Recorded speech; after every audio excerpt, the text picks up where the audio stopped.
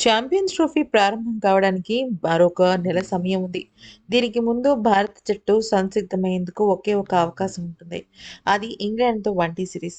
ఈ సమయంలో చాలామంది ఆటగాళ్లకు తమ సత్తా చాటేందుకు అవకాశం కల్పిస్తారని, దాని ఆధారంగానే ఛాంపియన్స్ ట్రోఫీకి జట్టు ఎంపిక చేస్తారని భావిస్తున్నారు. అయితే ఈ సిరీస్‌లో తమ ప్రతిభను కనబరచలేని 5గురు స్టార్ ఆటగాళ్లు కూడా ఉన్నారు.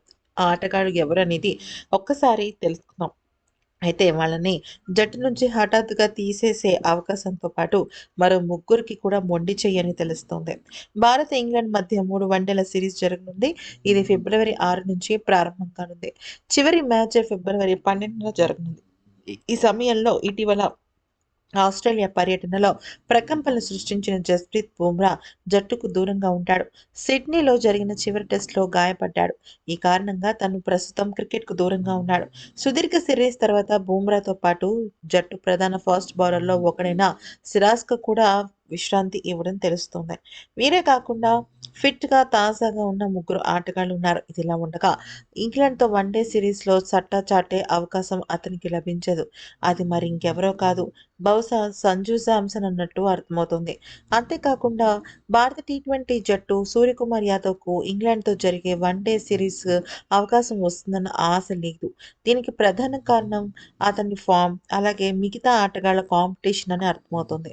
అతను 2023 వన్‌డే ప్రపంచ కప్ వరకు భారత వన్‌డే జట్టులో కీలక సభ్యుడిగా ఉన్నాడు. కానీ ప్రత్యేకంగా ఏమీ చేయలేకపోయింది. అందుకే ఫైనల్‌లో ఓడిపోవడంతో అతన్ని జట్టు నుంచి తప్పించారు. మీడియా నివేదికల ప్రకారం ఇప్పుడు అతను వన్‌డే ఫార్మాట్‌లో నిర్వహణ ప్రణాళికల్లో కూడా లేడు. శ్రీలంక టూర్‌లో కూడా టీ20 మ్యాచ్‌లు మాత్రమే ఆడాడు. కాగా ఇక్కడ మనం చూసినట్టయితే సంజు శాంసన్‌కు వన్‌డే సిరీస్‌లో చోటు దక్కే అవకాశం కనిపించడం లేదు. ఎందుకంటే కేఎల్ రాహుల్, రిషబ్ పంత్ లాంటి ఇంకా గొప్ప గొప్ప ఆటగాళ్ళు ఉన్న క్రమంలో సంజు శాంసన్‌ను పక్కనే పెట్టేస్తాడు. అంతేకాకుండా ఇషాన్ కిషన్ కూడా అవకాశం కోసం చూస్తున్నాడు కానీ అతనికి కూడా అవకాశం రావడం కష్టమని అర్థమవుతుంది.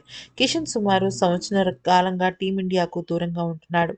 అయితే ఇక అతను విజయ్ హజారే ట్రోఫీలో 45 సగటుతో 316 పరుగులు చేశాడు. కానీ తనకు భారత జట్టు నుంచి పిలుపు వస్తుందా లేదా అనే విషయం పైన సర్వత్రా ఆసక్తి నెలకొంది. ఇక సంజు శాంసన్, ఇషాన్ కిషన్ అలాగే సూర్యకుమార్ యాదవ్ వీళ్ళ ముగ్గురు విషయంలో మాత్రం వన్‌డే సిరీస్‌కు చాలా పెద్ద ప్రశ్నార్థకంగా మారింది.